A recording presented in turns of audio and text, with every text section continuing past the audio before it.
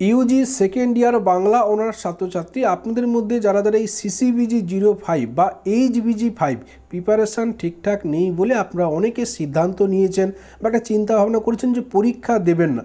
শুরুতেই আপনাদেরকে জানিয়ে দিই, এই পরীক্ষা না দেওয়ার মতো একটা সিদ্ধান্ত একটা বোকামি ছাড়া অন্য কিছু নয়। অবশ্যই আপনারা পরীক্ষা দিতে যাবেন, তাহলে বলবেন আমাদের প্রিপারেশান নেই।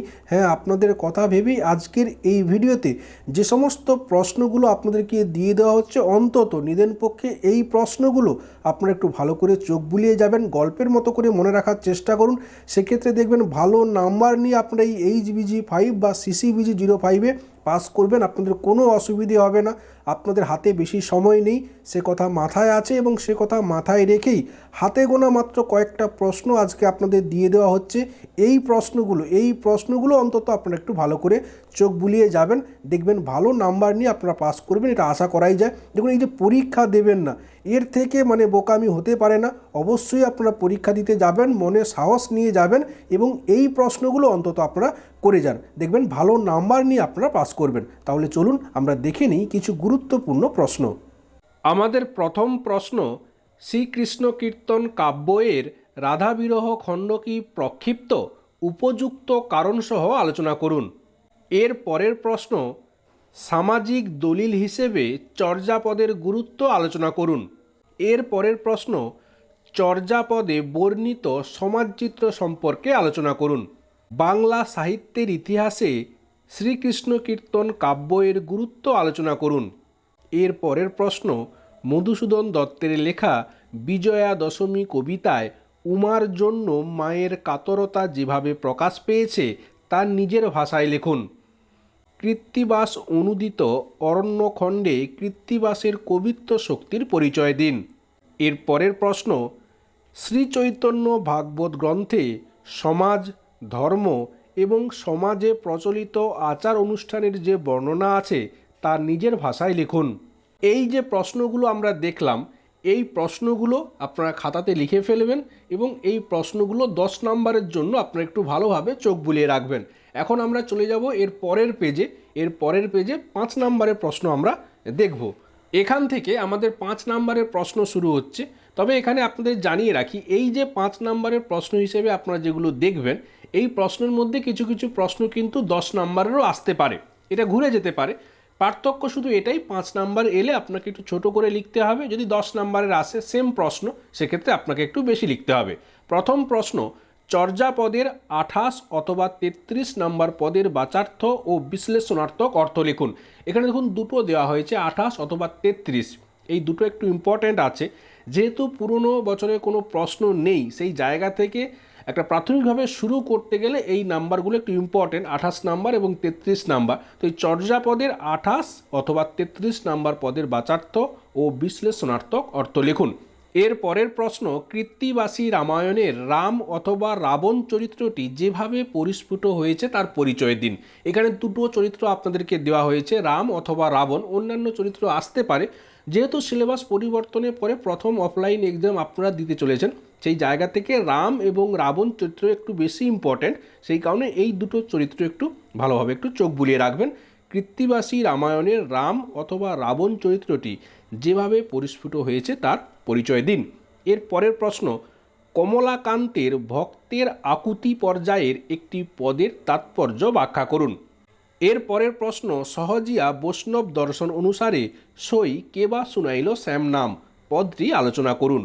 এর পরের প্রশ্ন, এ সখী হামারি দুঃখের নাহি ওর পদটিকে মাথুর না বিরহ কোন পর্যায়ের অন্তর্ভুক্ত করা উচিত বলে মনে করেন? যুক্তিসহ আলোচনা করুন। এর পরের প্রশ্ন, শ্রীকৃষ্ণ কীর্তন কাব্যে রাধাকে কবি কিভাবে নির্মাণ করেছেন? এর পরের প্রশ্ন, চর্যাপদের ভাষা বৈশিষ্ট্য আলোচনা করুন। তাহলে এই যে প্রশ্নগুলো আমরা দেখলাম, এগুলো 5 নাম্বারের জন্য আমরা দেখে রাখবো। আমি শুরুতেই জানিয়েছি যে আমরা একেবারে এই মুহূর্তে আমাদের হাতে সময় নেই, তাই আমরা বেশি প্রশ্ন দেখব না। এই যে ভিডিও, এটা শুধুমাত্র তাদের জন্য যারা আপনারা একটা টেনশন করছেন, ভয় করছেন যে কিভাবে CCBG-05-এ আমরা প্রিপারেশান নেব, হাতে সময় নেই, আমরা কিভাবে পাস করব। শুধুমাত্র তাদের জন্য আপনাদেরকে বলবো, আপনারা ভয় পাবেন না, চিন্তা করবেন না। এই যে সময়, এই সময়টাকে আপনারা কাজে লাগান।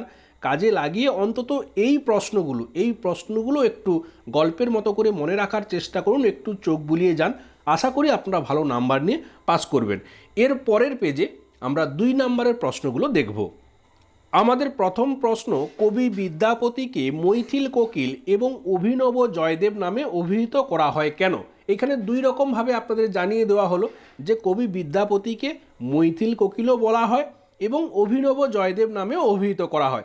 আপনাদের প্রশ্ন আসতে পারে কবি বিদ্যাপতিকে মৈথিল কোকিল বলা হয় কেন, বা আপনাদের প্রশ্ন হতে পারে কবি বিদ্যাপতিকে অভিনব জয়দেব নামে অভিহিত করা হয় কেন। এর পরের প্রশ্ন, টিকা লিখুন। এখানে আমরা কিছু গুরুত্বপূর্ণ টিকা আমরা দেখে রাখবো। এই টিকাগুলোর মধ্যে আশা করা যায় যদি টিকা আপনাদের দেয় তাহলে হয়তো এর মধ্যে একটা আসার চান্স রয়েছে। যেমন চর্যা গীতিকোষ বৃত্তি, সন্ধ্যা ভাষা, ব্রজবুলি ভাষা, অনুরাগ, পূর্বরাগ, গৌরচন্দ্রিকা, বিজয়া দশমী, গৌর সুন্দর, মুরারি গুপ্তের করচা, নিত্যানন্দ গদাধর। টিকা হিসেবে আপনারা এইগুলো একটু চোখ বুলিয়ে রাখবেন। এর পরের প্রশ্ন, শ্রীকৃষ্ণ কীর্তন কাব্যের উল্লেখযোগ্য 2টি বৈশিষ্ট্য লিখুন। প্রবাস বিপ্রলম্ভ কাকে বলে? এর পরের প্রশ্ন, পঞ্চবী ডাল বা পঞ্চস্কন্ধ কি? পঞ্চ ইন্দ্রিয় থেকে আমাদের মধ্যে কিসের জন্ম হয়? এর পরের প্রশ্ন, মাধ্যমিকবাদ কি? এর পরের প্রশ্ন, এ দীর্ঘ বিরহ জ্বালা এ মন জুড়াবে পংক্তিটির তাৎপর্য লিখুন। এর পরের প্রশ্ন, আজি হইতে চন্দ্রাবলী হইল তোর দাসী, উক্তিটি কার? কার প্রতি এই উক্তি? যেহেতু 2 নম্বরের প্রশ্ন তাই আমরা আর কিছু প্রশ্ন দেখে নেব। আমরা চলে যাব এর পরের পেজে। মৃগরূপী মারীচের সৌন্দর্য বর্ণনা করুন, অর্থাৎ মারীচের পরিচয়। গুরুবাদ কি? বা প্রশ্নটা একটু ঘুরিয়ে হতে পারে, চর্যাগীতিতে গুরু বোবা ও শিষ্য কালা রূপে বর্ণিত, ব্যাখ্যা করুন। এর পরের প্রশ্ন, গোবিন্দ দাসকে দ্বিতীয় বিদ্যাপতি বলার কারণ লিখুন। এর পরের প্রশ্ন, মানবদেহে কয়টি চক্র বর্তমান এবং কি কি? মানবদেহের মস্তিষ্কে কোন চক্র অবস্থিত? এর পরের প্রশ্ন, সাধারণী রতি কাকে বলে? এর পরের প্রশ্ন, সমর্থা রতি কি? আমাদের শেষ প্রশ্ন, সমঞ্জসা রতি কি বা সমঞ্জসা রতি কাকে বলে? এটা টিকা হিসেবেও আসতে পারে, টিকা লিখুন সমঞ্জসা রতি, টিকা লিখুন সমর্থা রতি, বা টিকা লিখুন সাধারণী রতি। এইভাবে কিন্তু 2 নম্বরের প্রশ্ন হতে পারে। এই ছিল HBG 5 থেকে কিছু গুরুত্বপূর্ণ প্রশ্ন যেগুলো এই বছরের যে টার্ম এন্ড এক্সাম, এই টার্ম এন্ড পরীক্ষাতে আপনাদেরকে অনেকটাই হেল্প করবে। অবশ্যই এই প্রশ্নের উত্তরগুলো একটু ভালো করে চোখ বুলিয়ে যাবেন, গল্পের আকারে আপনারা মনে রাখার চেষ্টা করবেন। পরবর্তী কোন পেপারের সাজেশন আপনারা চাইছেন সেটা অবশ্যই কমেন্ট করে জানাবেন। আজকে তাহলে এখানেই শেষ করছি। আপনারা প্রত্যেকে ভালো থাকুন, সুস্থ থাকুন। আপনাদের প্রত্যেকের সুস্থতা কামনা করি। ধন্যবাদ।